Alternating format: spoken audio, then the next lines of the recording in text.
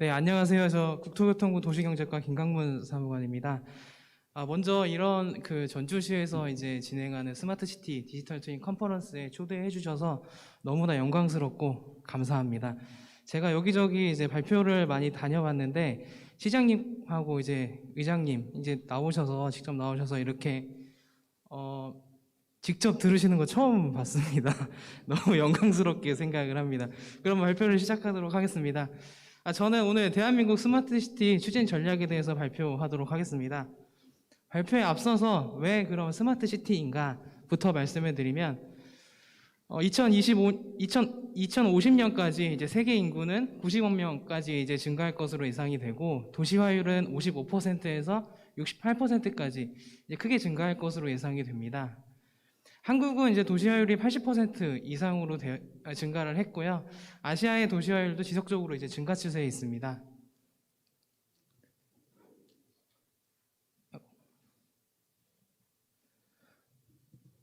네, 이렇게 급속하게 도시화가 진행됨에 따라서 인구와 자원 소비가 도시에 이제 집중되면서 이제 미세먼지, 교통 혼잡, 물 부족, 재난 안정 등 이제 각종 도시 문제가 발생하게 되었습니다.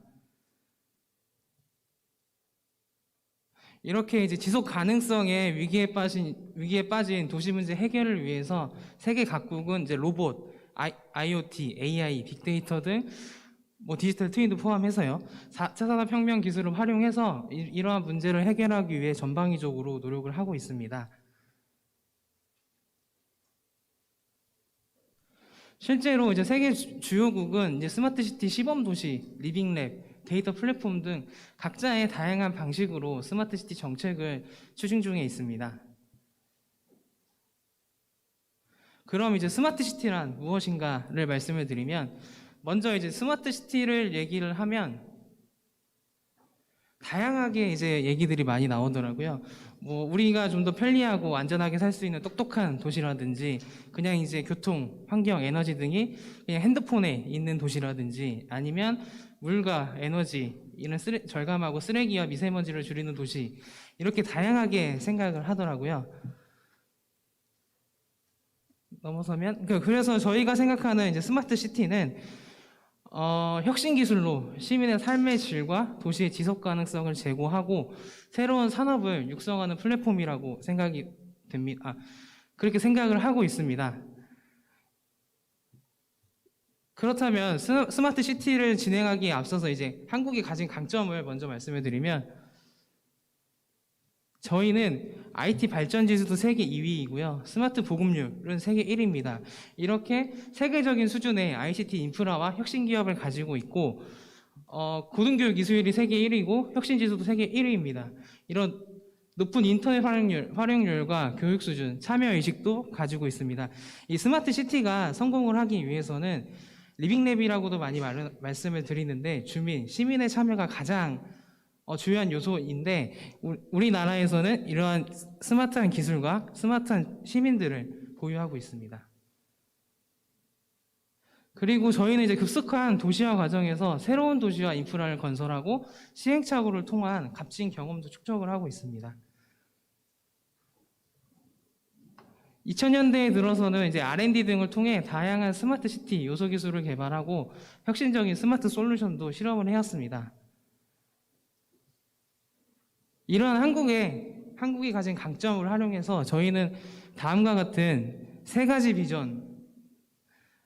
목표를 가지고 스마트 시티를 추진을 하려고 합니다. 먼저 공간 데이터 기반 서비스로 다양한 도시 문제를 해결하고 모든 시민을 배려하는 포용적 스마트 시티를 조성하며 혁신 생태계 구축을 통한 글로벌 협력 강화를 통해서 시민의 일상을 바꾸는 혁신의 플랫폼 스마트 시티를 구축하는 걸 저희는 비전으로 삼고 있습니다.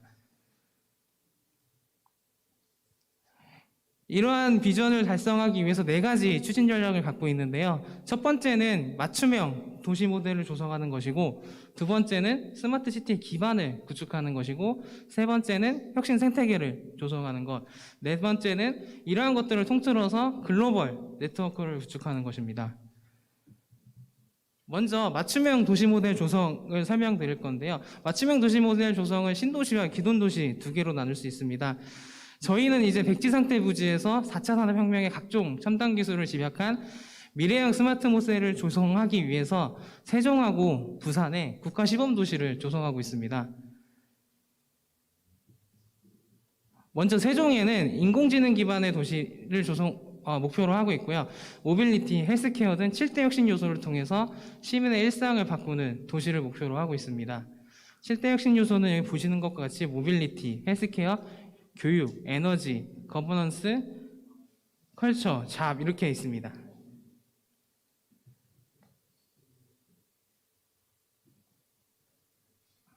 네, 세종에는 그리고 자율차, 공율차, 퍼스널 모빌리티 등 미래형 교통수단만으로도 모든 이동이 편리하도록 계획을 하고 있고요.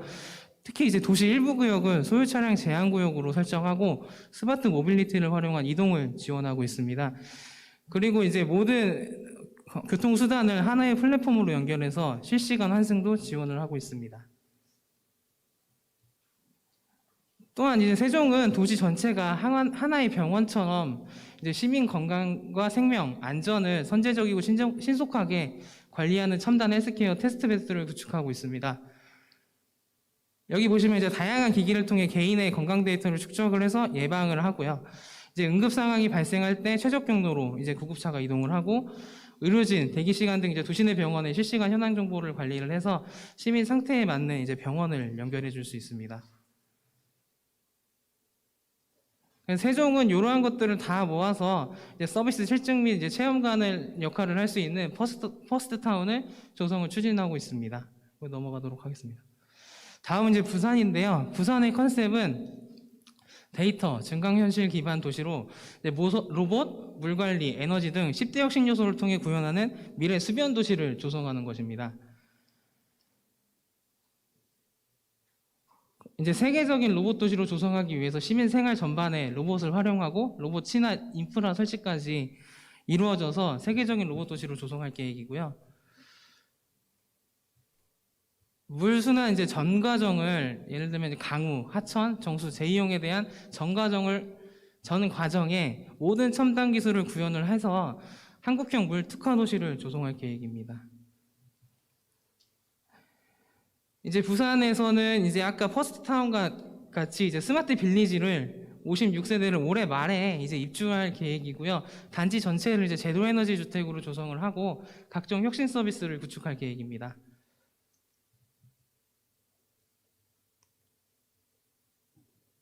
이거 넘어가도록 하겠습니다.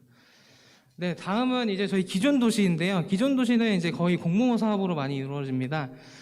스마트 챌린지를 통해서 민간 기업을 중심으로 지자체, 시민의 수요를 반영해서 창의적인 아이디어를 제시하고 스마트 솔루션으로 실증하고 확산하는 그런 사업이고요. 여기 춘천시 같은 경우에는 지금 시티 챌린지 예비 사업을 하고 있는데, 이제 모빌리티 공유 서비스를 탄소 배출권, 수익 구조와 연계한 모델을 하고 있고요. 제주도 같은 경우에는 이제 제주도의 잉여 전력을 효율적으로 처리하기 위해서 이제 개인 간 거래할 수 있는 모델을 구축하고 있습니다.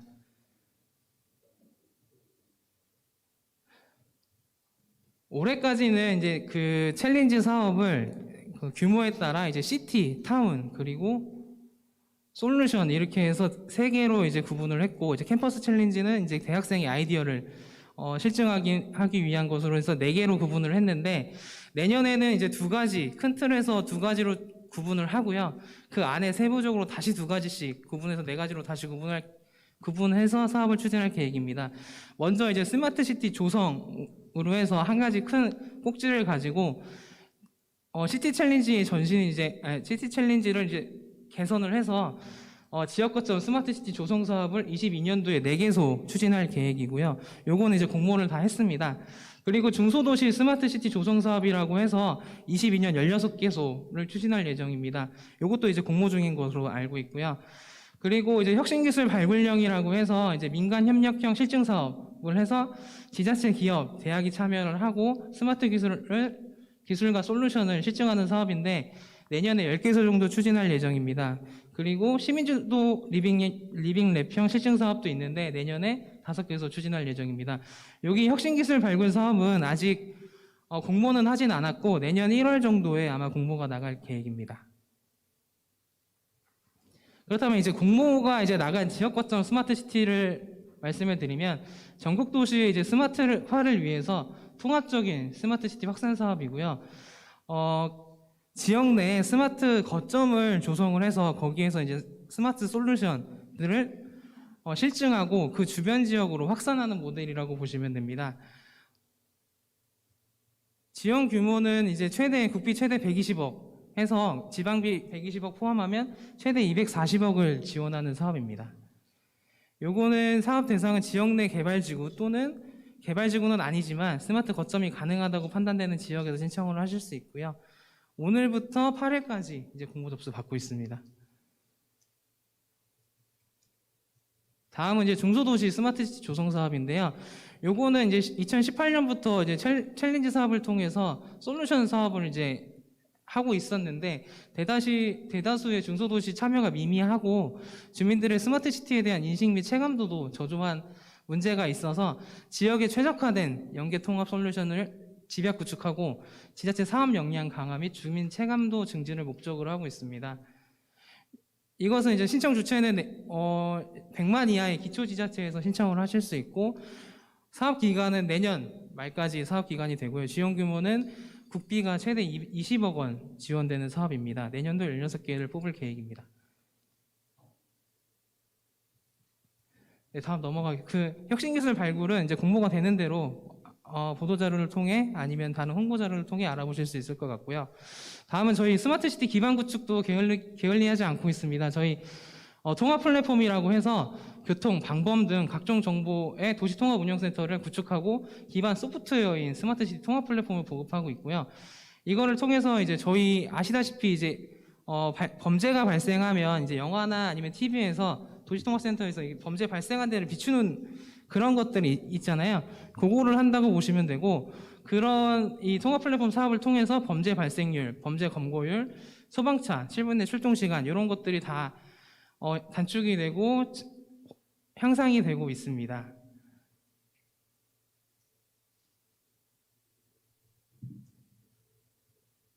통합 플랫폼은 이제 작년까지 108개 지자체에 보급을 했고 향후에 이제 보급 확대를 할 계획이고요. 재난 안전 외에 이제 복지 환경 분야 등으로 서비스를 확대할 계획입니다. 저희 국토부에서는 매년 2개 정도의 서비스를 발굴을 해서 지자체 요 2개 발굴한 걸 보급을 지속적으로 하고 있습니다.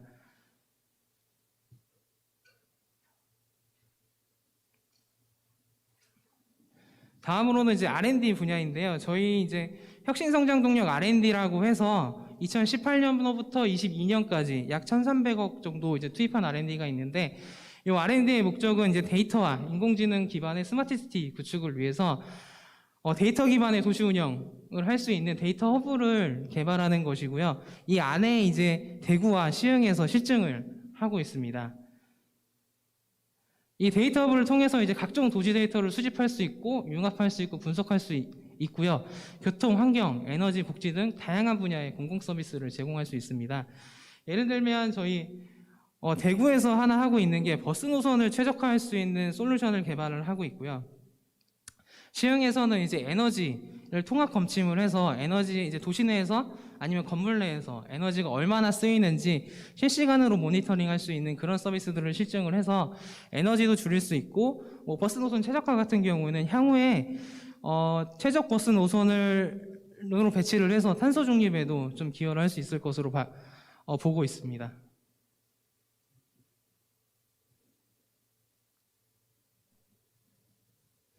저희는 인재 양성도 이제 계속 하고 있는데요. 다양한 분야가 융복합된 스마트 시티 수요에 능동적으로 대응하기 위해서 서울대학교, 카이스트, 부산대학교, 서울시립대학교, 연세대학교, 성균관대학교 6개의 대학을 중심으로 장학금, 인턴십 등을 지원을 하고 있고요. 10년간 5,600여 명 정도의 인재를 양성을 했고 유관 분야 취업률은 한 90% 정도를 기록하고 있어서 저희 이런 것도 지금 지속적으로 혁신 인재 육성을 하고 있습니다. 이제 스마트 시티는 이제 첨단 기술로 이제 많이 구성이 되어 있기 때문에 법적인 문제도 제도적인 문제도 많이 있는데요. 저희 다양한 혁신 사업이 육성될 수 있도록 이제 스마트 시티 규제 샌드박스를 기존에는 이제 국가 시범 도시만 할 수 있었는데 이걸 전국으로 확대를 했습니다. 그래서 이제 전국으로 확대를 했기 때문에 다양한 지자체에서 저희 챌린지 이제 공모나 아니면 스마트시티 사업의 추진에 있어서 이 규제 샌드박스를 이용을 하시면 해결할 수 없는 이제 법적 문제나 제도 개선, 제도적으로 좀 어려운 것들을 넘을 수 있을 거라고 생각이 됩니다.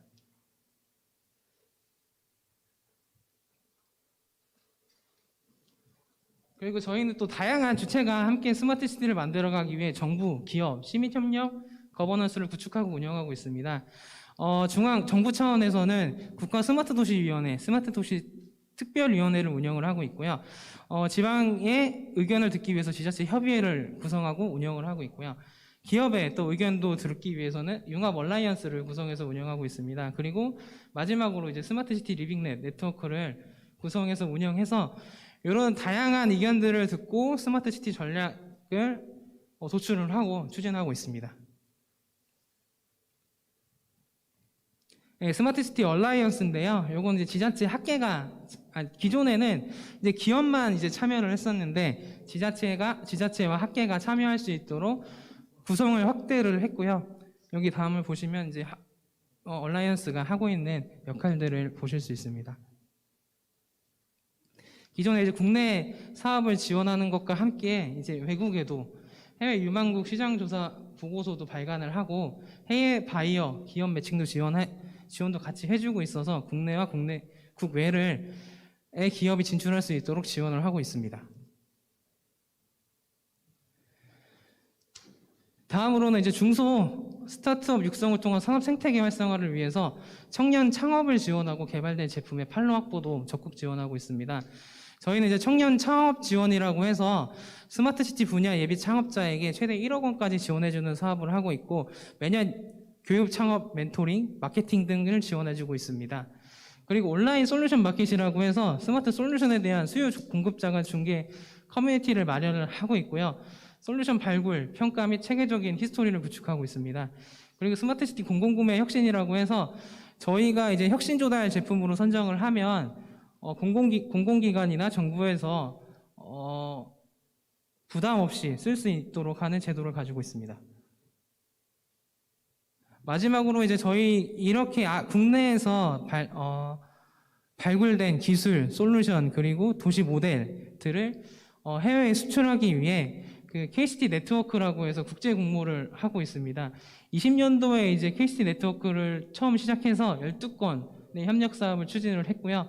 21년도에는 11건을 선정을 해서 지속적으로 이제 해외 협력 사업도 추진할 계획입니다.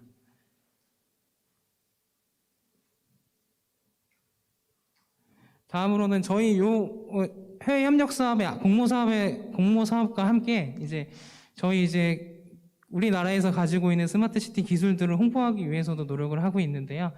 글로벌 이슈를 선도하는 동아시아 최대 국제 행사인 월드 스마트시티 엑스포를 매년 개최하고 있습니다. 올해도 9월에 개최를 해서 성황리에 끝났고요.